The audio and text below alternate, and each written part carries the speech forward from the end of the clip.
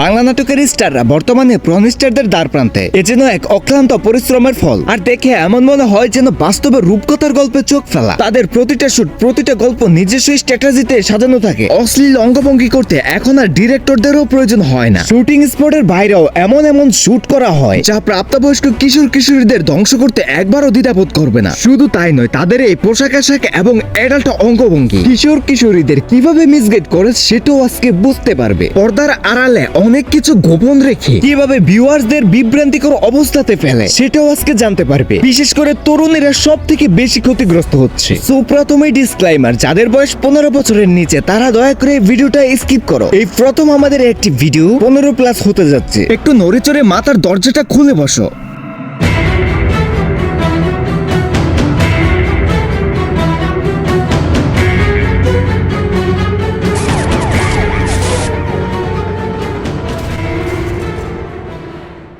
বাংলা নাটক যেটার বিস্তার শুরু হয় 19 শতকের মহান কবি হুমায়ুন ফরিদের মতন মানুষের হাত ধরে। ঘটনাকে প্রাণবন্তন করার জন্য ফিল্ম আকারে শুরু হয় প্রচারণা। ঘটনাসূচিকে আরো প্রাণবন্তন করার জন্য এটিতে দুটো ক্যারেক্টার, যেমন একজন যুবক এবং একজন যুবতী আবশ্যক ছিল।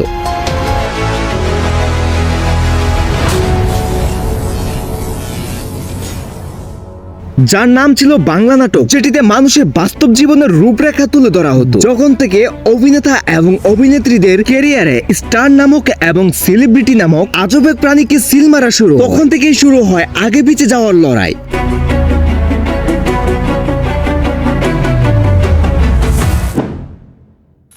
নাটক যেটা 30-40-50 মিনিটের ভিতরে আবদ্ধ, যেখানে সংক্ষেপে কিছু মানুষের জীবন পরিস্থিতিকে তুলে ধরা হয়। আর এই নাটকের মাধ্যমে অসংখ্য সেলিব্রিটি এবং স্টার জন্ম শুরু হয়। তারা একজন আরেকজনের লড়াইয়ের মধ্যে পড়ে ছোট থেকে অতি ছোট, তার থেকে ছোট জামা কাপড়, অশ্লীলতা, ওয়েব সিরিজ, যা নেটফ্লিক্সের মতন সাইটকেও হার মানাবে।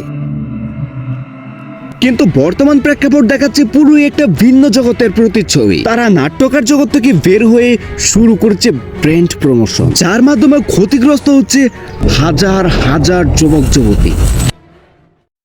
মনে কি এখন প্রশ্ন ঘুরপাক খাচ্ছে, তারা কিভাবে হাজার হাজার যুবক যুবতীর জীবন ধ্বংসের কারণ?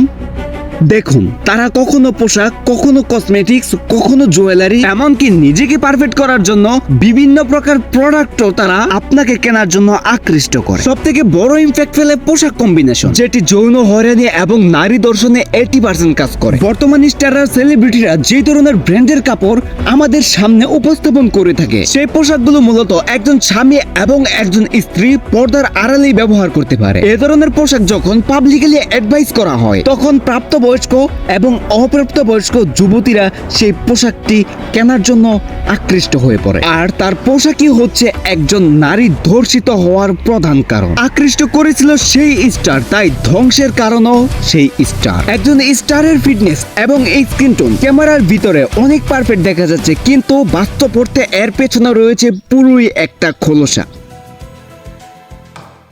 মাথা থেকে পা পর্যন্ত পুরোটাই একজন মেকআপ আর্টিস্টের মাধ্যমে মেকআপ দিয়ে ঢাকা থাকে। আর এটির মাধ্যমে ধ্বংস হচ্ছে লক্ষ লক্ষ দম্পতির জীবন। যেমন একজন পুরুষ চায় তার স্ত্রী পারফেক্ট থাকুক, সেই অ্যাডভাইসকৃত পোশাকটাও এনে দেওয়া হলো, কিন্তু তারপরেও পূর্ণতা আসছে না। তার মূল কারণ, কাজ করার পর কখনোই পূর্ণ ফিটনেস ধরে রাখা যায় না।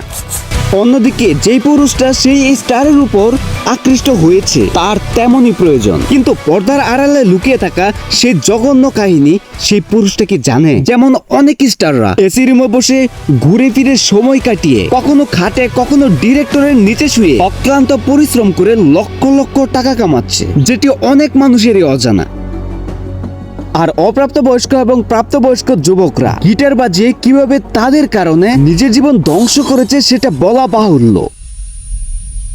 এই ভিডিওর পরে কোন সেলিব্রিটি কি বলবে, কোন স্টার কি বলবে, কার ফ্যান ফলোয়াররা কি বলবে, সেটা আমার ভাবার বিষয় না। তার কারণ যে সেই কাজগুলো করে তার গায়ে অবশ্যই লাগবে, আর অন্যথায় যে যে কাজ করে না তার গায়ে লাগার কোনো কথাই নেই। যখন আপনার ছোট ভাই অথবা আপনি অথবা আপনার পুরো ফ্যামিলি একসাথে বসে টিভি দেখছেন বা ফোন স্ক্রল করছেন, তখন এই বিভ্রান্তিকর অবস্থা আপনার সামনে আসলে আপনারই তো লজ্জা করবে। তখন আপনি কি করবেন?